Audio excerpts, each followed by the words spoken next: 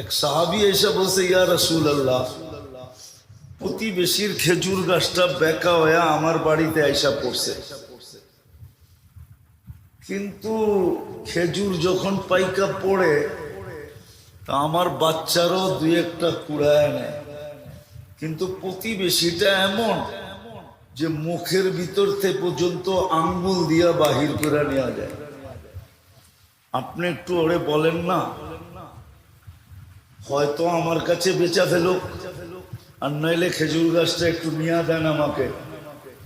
আল্লাহ রসুল ডাইকা জিজ্ঞাসা করছে, কিন্তু ওটা প্রতিবেশী হলে কি হবে? নিজেকে মুসলমান বললে কি হবে? আসলে ছিল মুনাফিক। আল্লাহ রসুল বলছে, খেজুর গাছটা দিয়া দে, জান্নাতে একটা খেজুর গাছ তোকে নিয়ে দিব। তো বলছে, ইয়া রাসূলুল্লাহ, এইটা ছাড়া যদি আরেকটা বলতেন তো দিয়া দিতাম। এটার খেজুরগুলো আমার বাচ্চার খুব পছন্দ। তো পাশেই দাঁড়ানো ছিল আবু দাহদা রাদিয়াল্লাহু তাআলা আনহু। নাম ছিল কি? আবু দাহদা, দারদানা দাহদা। উনি দাঁড়ানো ছিল।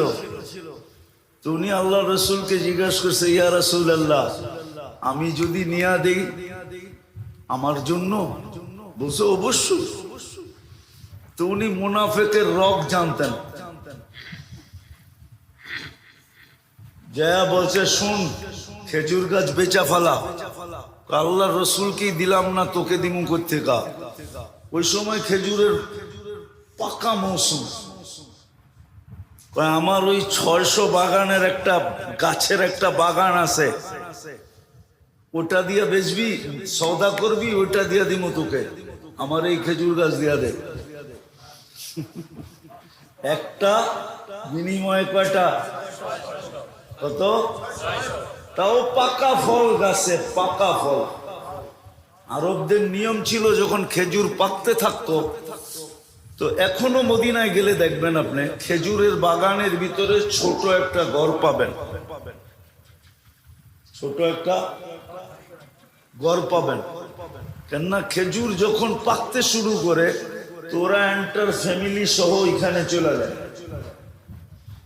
আর শেষ খেজুরটা পর্যন্ত ওইখানে থাইকা এটাকে সুরক্ষা করে।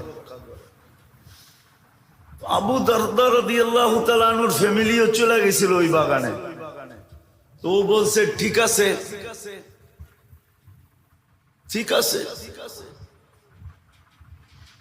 ওই 600 খেজুর গাছালা বাগান যদি দাও তাহলে এটা দিতে রাজি। তো বলছে, ডান, নিয়ে নিলাম।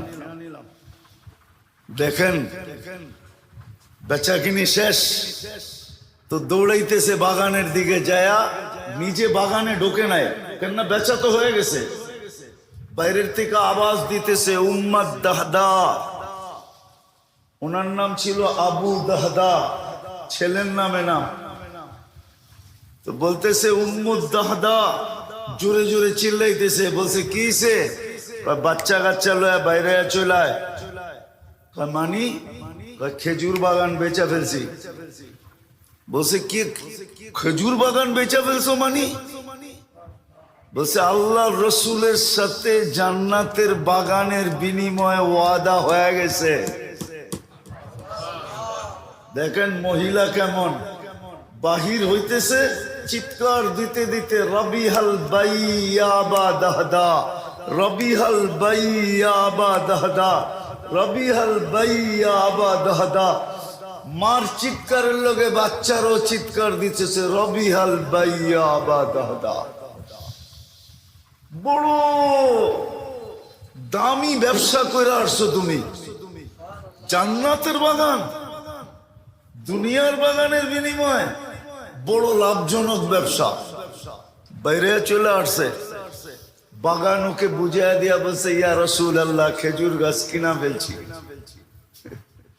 আল্লাহ রসুলের চক্ষু কপালে উঠাইয়া দিছে। আবু দাহদা এক খেজুর গাছের বিনিময়ে 600 খেজুর গাছের বাগান, তাও মৌসুমের ভরা খেজুর সহ।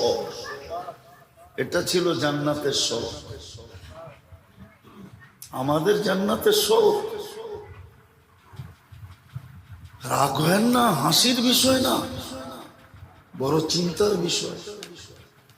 এটা ছিল জান্নাতের শোক। শুধু বাগান এত ঘন যে পাখি ঢুইকা গেছে, বাহির হইতে পারতেছে না, ছটপট করে এদিক ওদিক ছুটাছুটি করতেছে।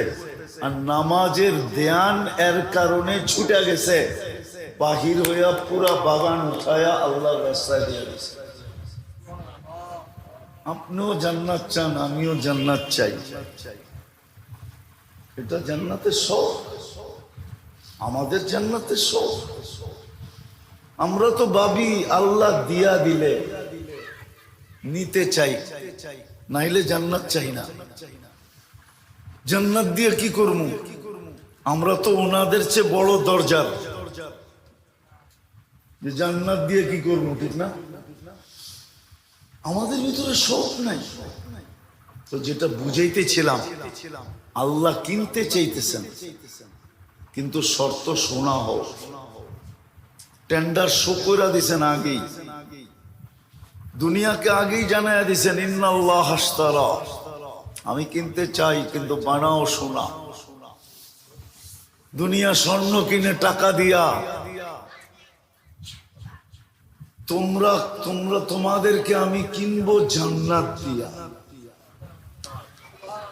জান্নাতের তো শৌকই নেই, শৌক তো ওনাদের ছিল, একটা দুটা না। আমি তো দুটা দেখাইলাম আপনাদেরকে, এরকম এই বৈঠকে 200 দেখানো যায়।